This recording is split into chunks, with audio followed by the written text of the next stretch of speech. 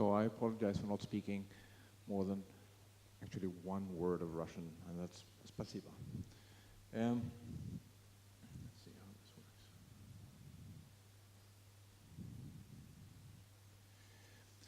So my name is Johan Ihren, and I work for a company in Sweden called NetNode, and we are an exchange point operator, like several other companies around here. However, that's not really what I do. What I do is DNS stuff around the world in all sorts of places and all sorts of zones. We do lots of root zone service. We do lots of TLD zone service. I don't know. It could be that we are the largest TLD operator on the planet. And we do a growing amount of enterprise zone service also. To a rather large extent, this is actually my fault, because I've always been the guy driving the DNS stuff here. Once upon a time, DNS was very simple. You basically set up a server somewhere and you ran with it, and that was it. But those days are long gone, and things are changing rapidly. We are moving into a direction where there's Anycast basically everywhere. There are new challenges to the industry in the shape of DDoS attacks, configuration issues, etc., that over time is increasing the demands on DNS as a service, and it's changing from a rather static, trivial service to something which is much more of a challenge to provide.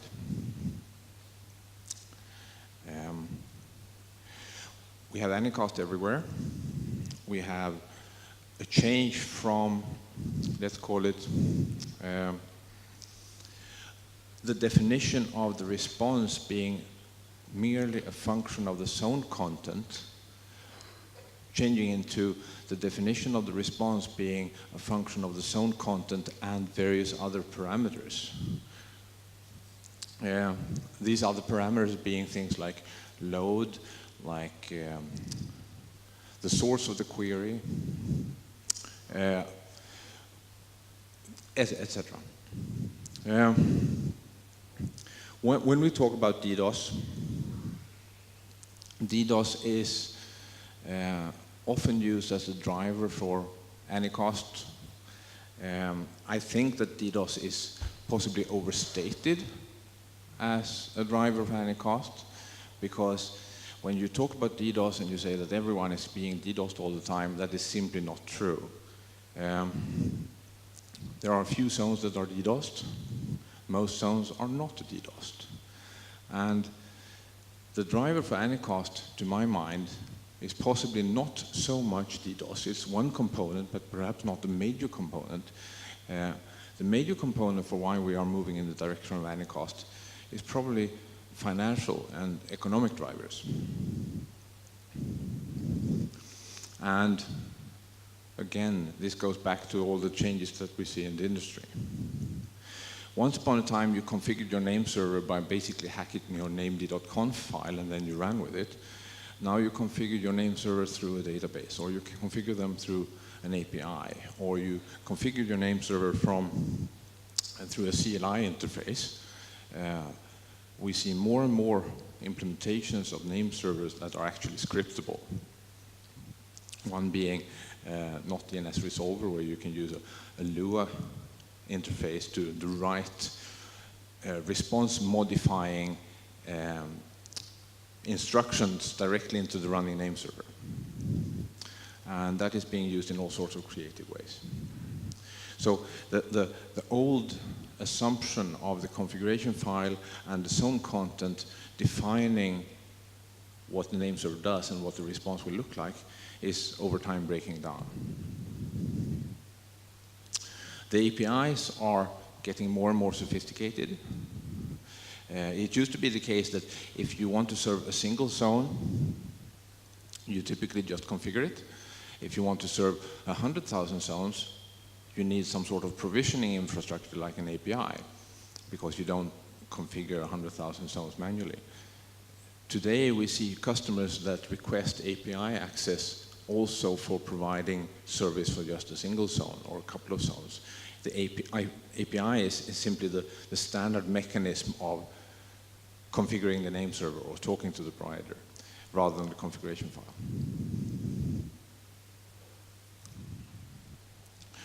But what is possibly an even larger change than the APIs is this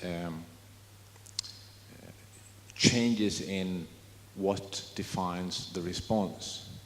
We see more and more policy knobs. We see more and more behavior modifying stuff in the name server. And that's something that you cannot really represent in the traditional name server, in the traditional zone file, which only says that if you query for this name and this type, you will get this response.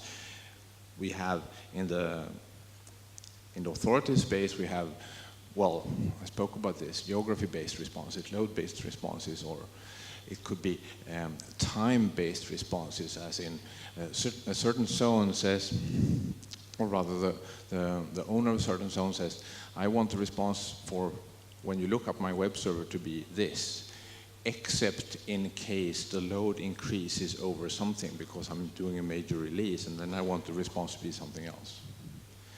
In the recursive space, we've had stuff like RPZ for a number of years where you are in the resolver space able to tweak the responses according to local policy, saying I don't want my customers to be able to look up this name, for instance, or if they do look up this, it should not be the official response, it should be something else. And this is now also being tweaked by loadable modules and, well, new support in the recursive servers. Another thing is that for a long time, DNS was just a best effort service. You set it up, you ran it, and hopefully it worked. And it was sufficiently robust on the protocol level to usually work. And when you provided service for someone else, you said, I will do my best, and that will usually be enough. But now DNS is sufficiently important that this is no longer enough. More and more customers are actually requiring service level agreements where you have to commit to a certain quality of service. And the problem with a commitment is that when you make a commitment, money enters into the equation. Because if you fail to uphold your commitment, there could be a penalty. And penalties are difficult in a space where there isn't enough revenue to start with.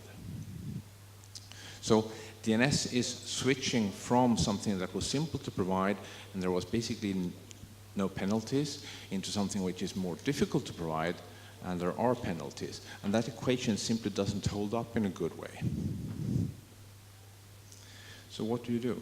Well, the obvious alternative would be to just outsource the stuff that is making demands on your quality of service. If I serve a large number of zones, and most of them don't care a lot, and a few of them care very much, just outsource the zones that have lots of requirements, and you're done with it. Give them to some other provider who can make this commitment, who can provide this SLA, and just serve the other, the larger pile of zones the standard traditional way. Well, the problem with that is that if you have a large portfolio of zones, you don't always know who are your premium customers. It's just a pile of zones. It's rather easy if you have 20 zones, but if you have 1 million zones, how do you actually divide them up?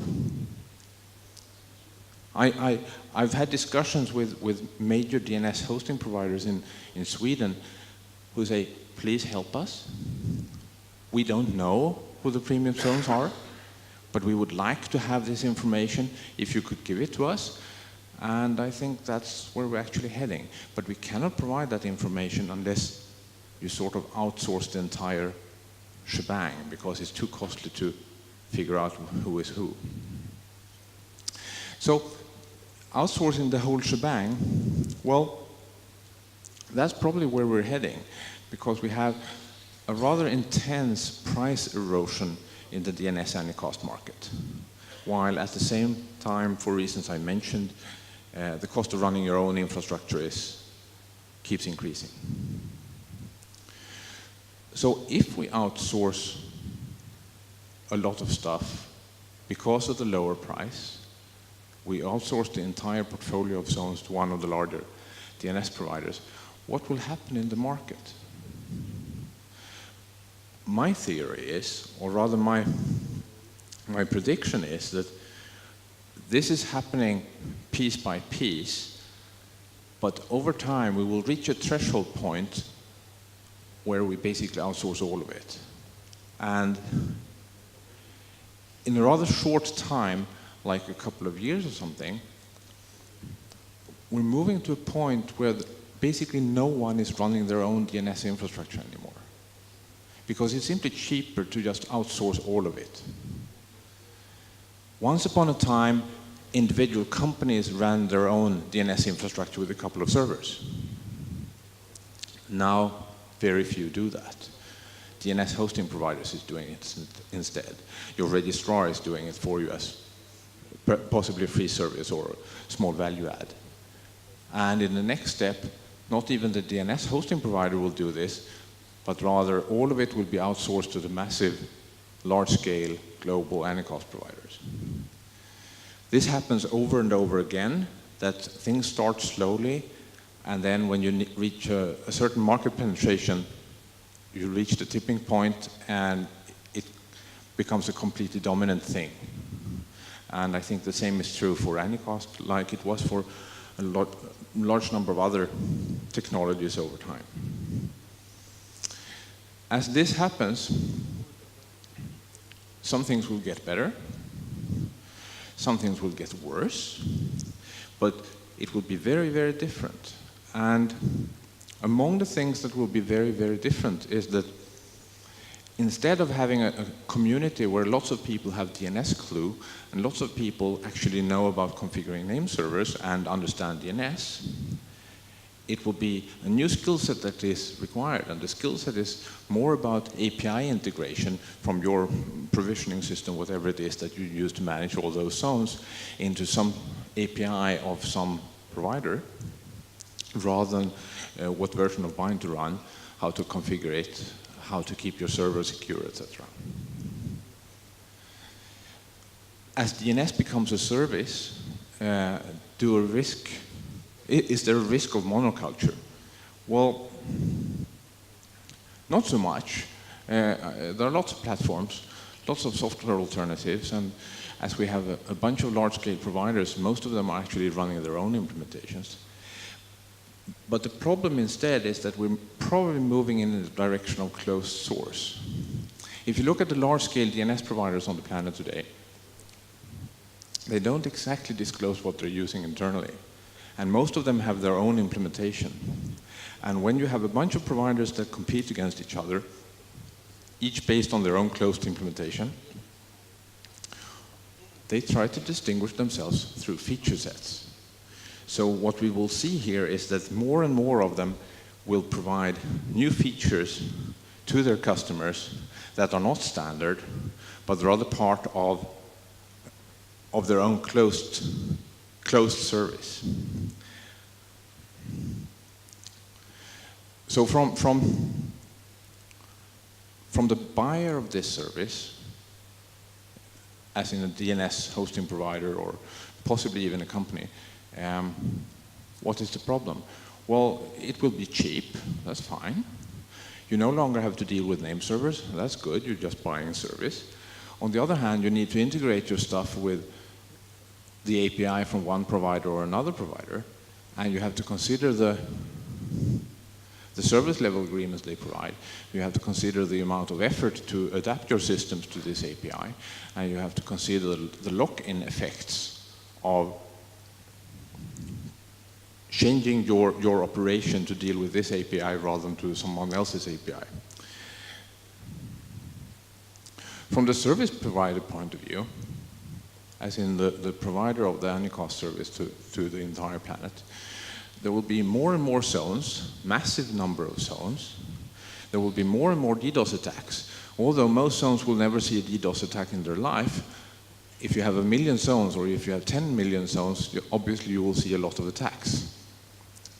And at the same time, the continued price erosion makes revenue really difficult to get.